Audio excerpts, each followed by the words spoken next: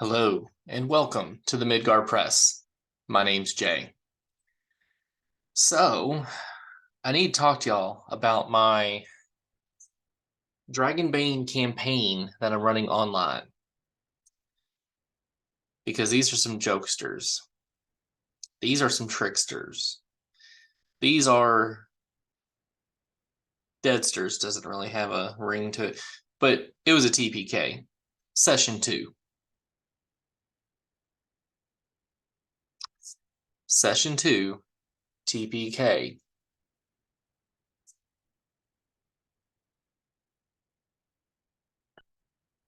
So, before we get into that, let's start with episode 1, session 0. Let me talk to you all about the campaign setting that I have. Now, I won't get into too much detail in case one of my players happens to watch this, but I wanted to show off my setting just a little bit because I'm not going with the Misty Vales. So I'm running 2 campaigns.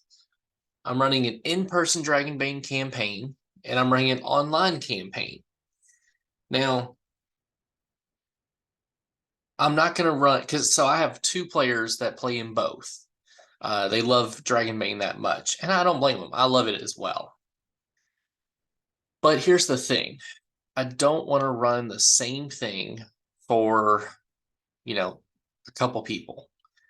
But this works out for me because I have been over time, over my years of not only playing TTRPGs, mostly 5th edition of Dungeons and Dragons, but I homebrewed a lot of stuff, lots of stuff. And I never really published anything. So I figured, why not reuse some of that stuff for my Dragonbane campaign? Why not? Why not? So with the in-person campaign, which we're not here to talk about, we're here to talk about the online campaign. I just want to say that the in-person campaign is running strictly through the book. We're running straight through the adventures. We're going through all of that, okay? But the online campaign, we are using my setting. We are using the Eldermore Basin. Now, as you can see, we've got these mountain range all the way around. And it's still 150 kilometers from one side to the other.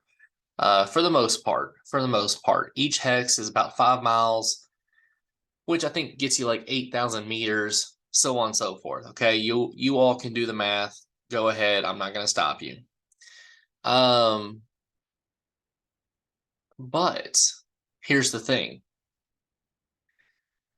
Within the Eldermore Basin, I've got, and I have a little, I've got the map pulled up for you so you can see what's going on. But I've also got over here some notes for what I have stuff as.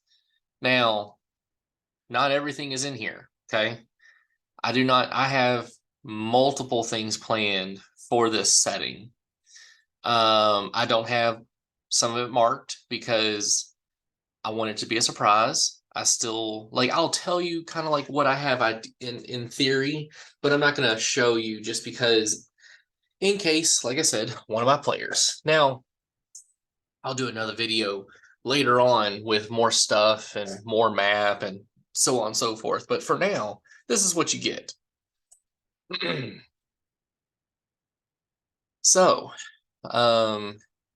if you've looked through the adventure book, the very first adventure is called Opening Scene, and that is where the players are going through Drakemore Pass. And essentially that's what I ran my players through. So we've only had 2 sessions online.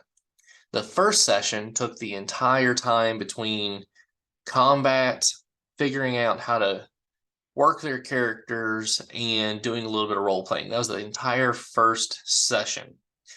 we'll get to that. But first, that's next episode. But 8.15 down here at the bottom, 8.15, that is where the players encountered the goblins within Drakemore Pass. Now, that's the only spoiler that I'm going to give for the actual adventure book, because the rest of this is all me.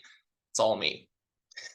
So we've got down here at 7:14. This is going to be Starfall Keep, which was previously known as Bloodhold Keep.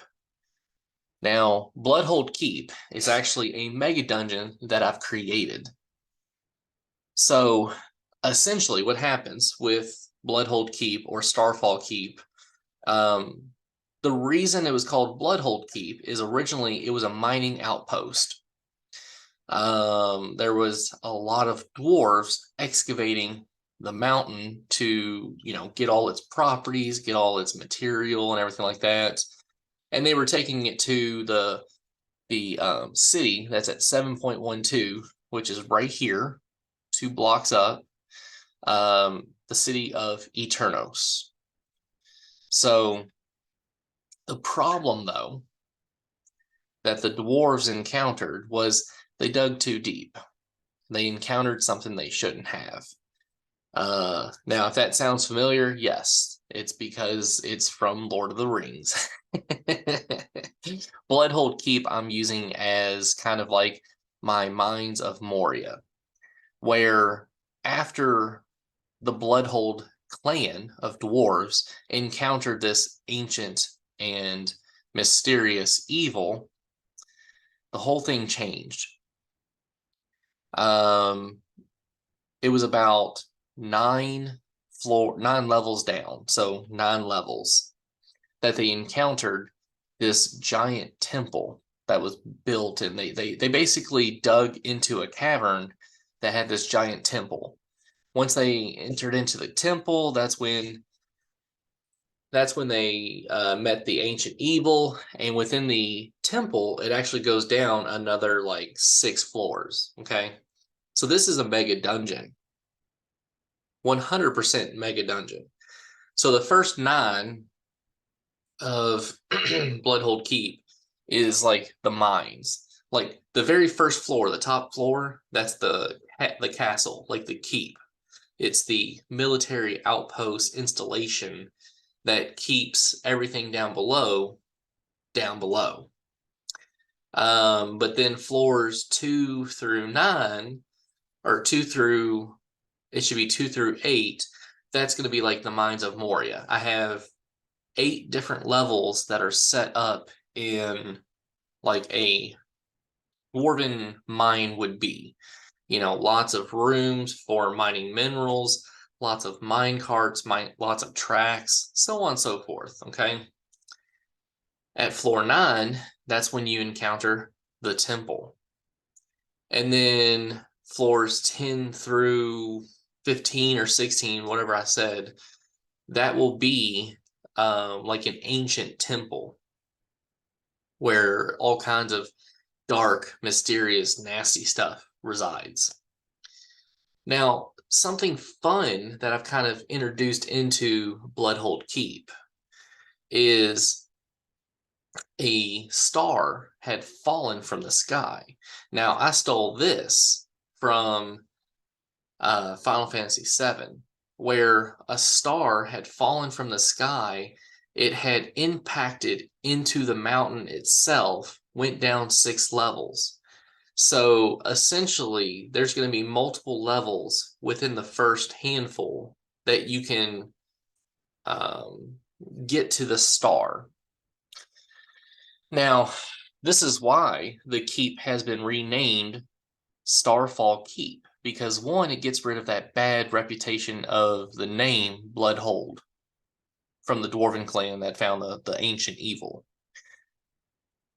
And Starfall because a star fell. Very simple, right? Very simple. But something came with the star.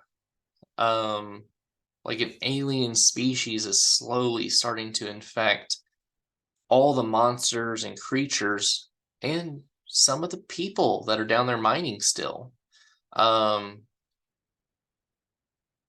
Again, I'm not going to give it all away, but I kind of have like a mysterious mega dungeon thing going on where the player characters could go down there and they have multiple things that they could do. They could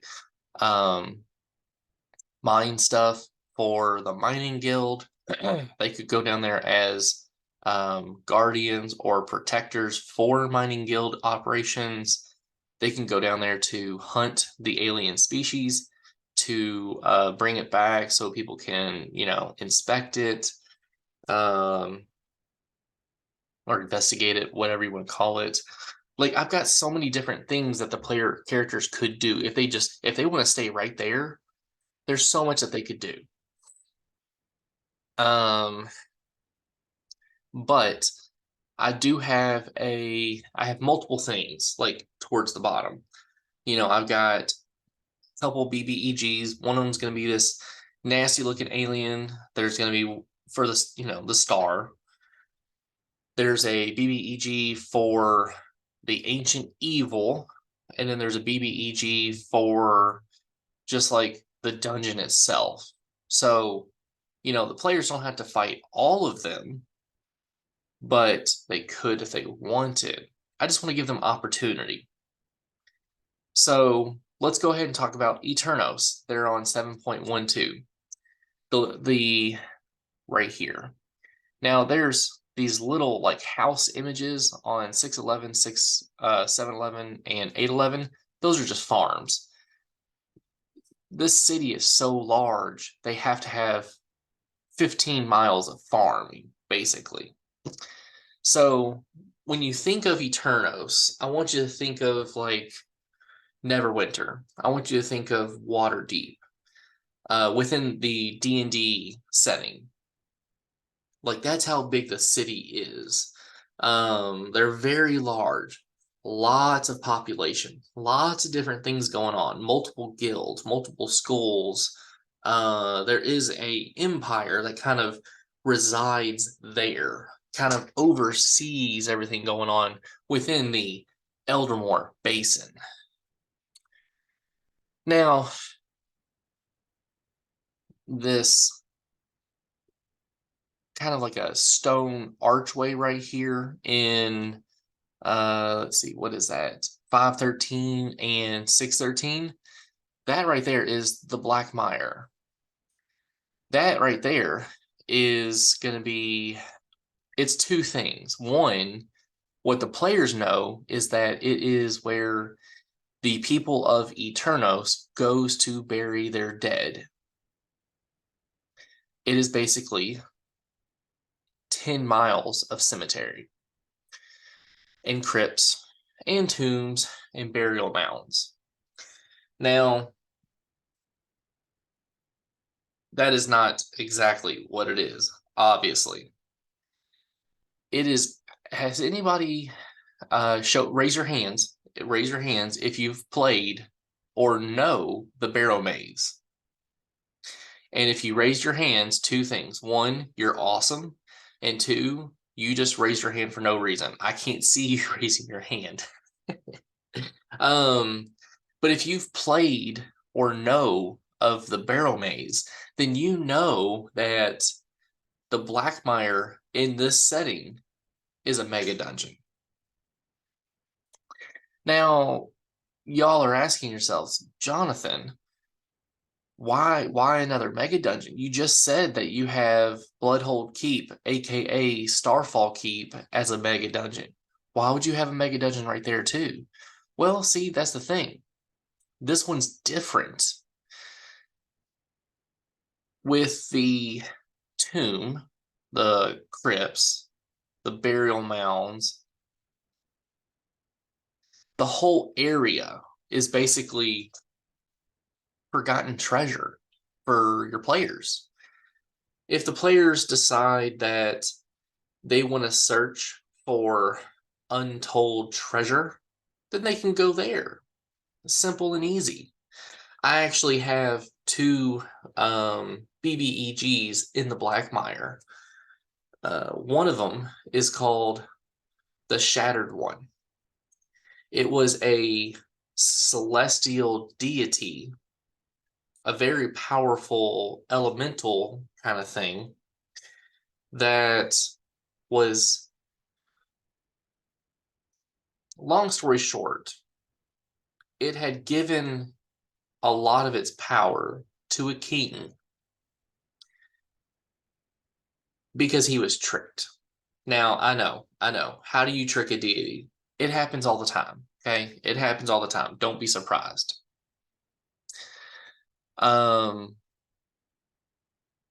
Was tricked by a king, like I said, and that's actually the other deity, or BBEG,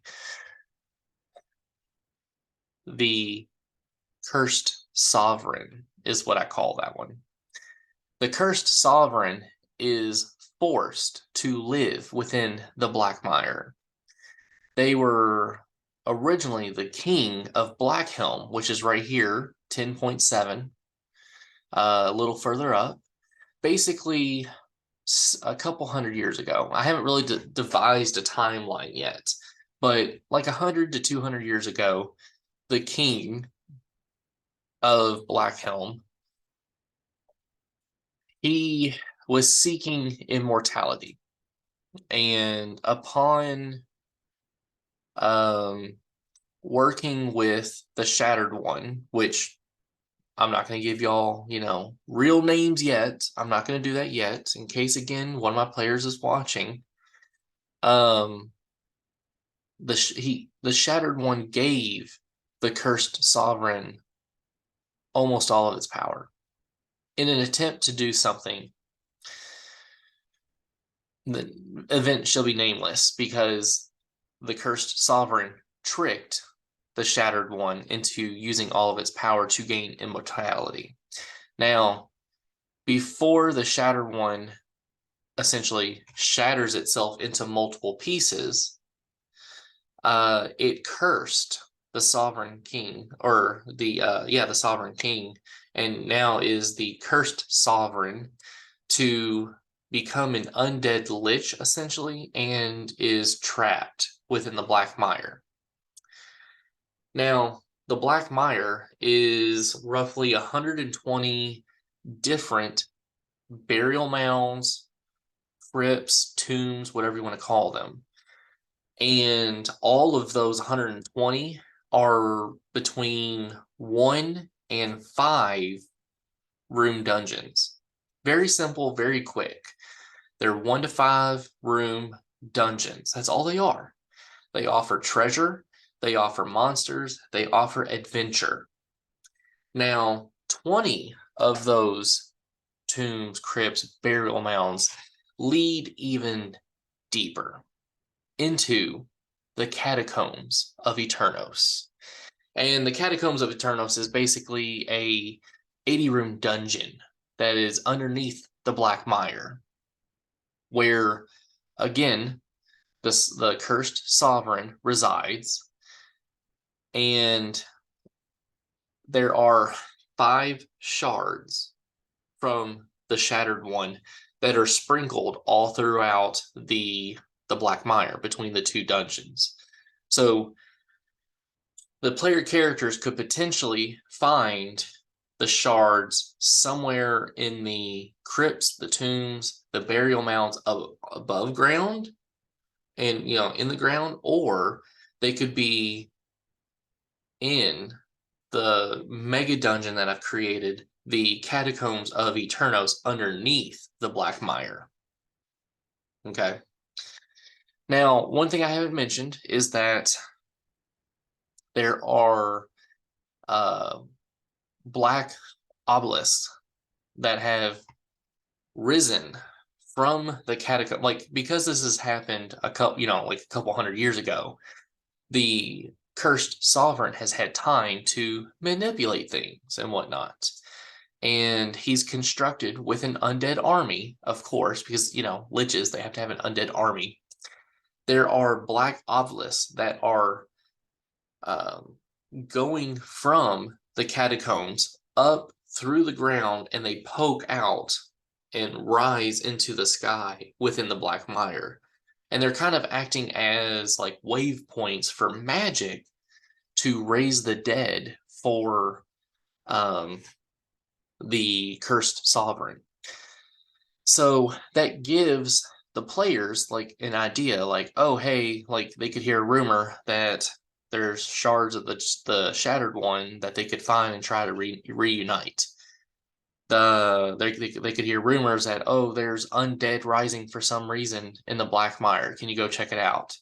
You know, those two rumors alone could take your players months of traveling down there to figure out what's going on. And the distance in between the catacombs, the Black Mire, and Eternos, the city of Eternos, is quick. Like they could go down, do all kinds of stuff, and then get back in the same day. Like I purposely designed it this way so that way they can constantly go to Eternos to either find new things, buy new things, and rest. So there's a lot that they can do there. I mean, just those two things alone, you know, Starfall Keep and the Black Mire, like there's so much that they can do. I mean, there's a lot that they could do just within Eternos, the city itself. You know, I didn't go into a lot of description as far as jobs, you know, quests that they could do just there in the city. I haven't even got that far. But I don't want to make this super long. So over to the left, over here at 2.9, we have the Dwarven Ruins of, where do I have that? Hammerhold. I'm not going to go into detail about what's there. Not going to do it just yet. Up here above, we got 3.3. This is Incendria, the city of Redstone. I'm not going into it. I've got a couple volcanoes up here. Not going to talk about those. We've got a huge lake over here. Not going to talk about those either. I've already told you about 10.7 Black Helm, the City of Shadows. Down below at 11.12, we have the Misty Keep. At 15.11, we have Hothdora, the Village of Swords. Up here in the top right, we've got 17.2, which is Call Drakenal, the City of Dragons.